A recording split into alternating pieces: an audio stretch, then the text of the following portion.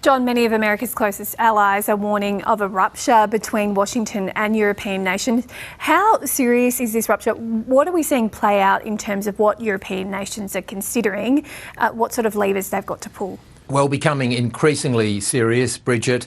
We're not quite there yet to a trade war between the United States and the European Union, and we're not there yet in terms of the end of the NATO alliance, but certainly the trajectory is very bad. Overnight, the European leaders and the Canadian Prime Minister have hit back hard. Emmanuel Macron from France has said that we prefer respect to bullies, using that word, and Donald Trump saying earlier that he doesn't really care what Emmanuel Macron says because he's finishing up anyway. And Mark Carney saying from Canada, we're in the midst of a rupture, not a transition. Let's have a listen to what those two leaders said overnight. We need more stability in this world, but we do prefer respect to bullies.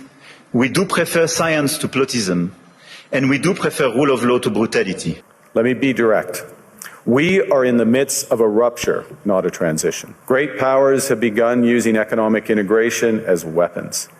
Tariffs as leverage, financial infrastructure as coercion, supply chains as vulnerabilities to be exploited. So, Bridget, we're not at crisis point yet, and they may come back from the brink, all of these leaders, but certainly with President Trump flying off to Davos, to the Economic Forum tonight, then this is all going to come to a head by this time tomorrow. So we'll have a clearer idea tomorrow what this all means.